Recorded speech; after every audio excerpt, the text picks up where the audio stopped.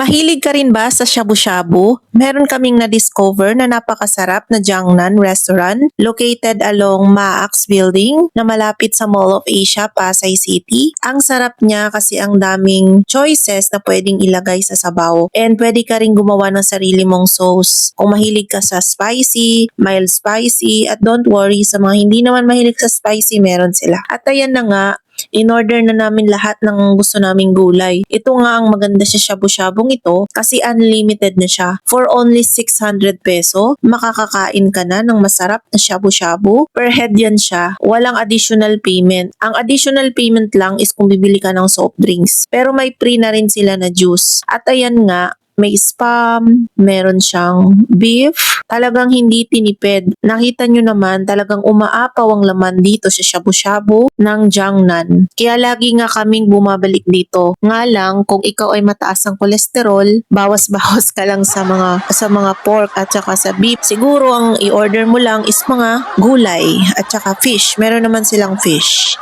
sa mga health enthusiasts. Yan, nag-i-stress eating kasi ako minsan, kaya nag-aaya akong kumain sa shabu-shabu kasi one of my favorite kasi to. Kung nagki-crave ka na dyan, try mo na kumain sa Jiangnan, located along Maax, malapit sa Mall of Asia. Piniplex ko lang siya pero hindi ko naman siya ini-endorse dahil sa mahilig ako sa food trip kaya sinishare ko sa inyo guys. Thanks for watching and don't forget to like and subscribe my YouTube channel. It's Eds on the Go. Ito yung isa kong YouTube channel. I also have real estate channel na Ed's Realty Guide PH sa mga content naman about real estate. So, sineparate ko yung content ko about travels and foods kasi I love food.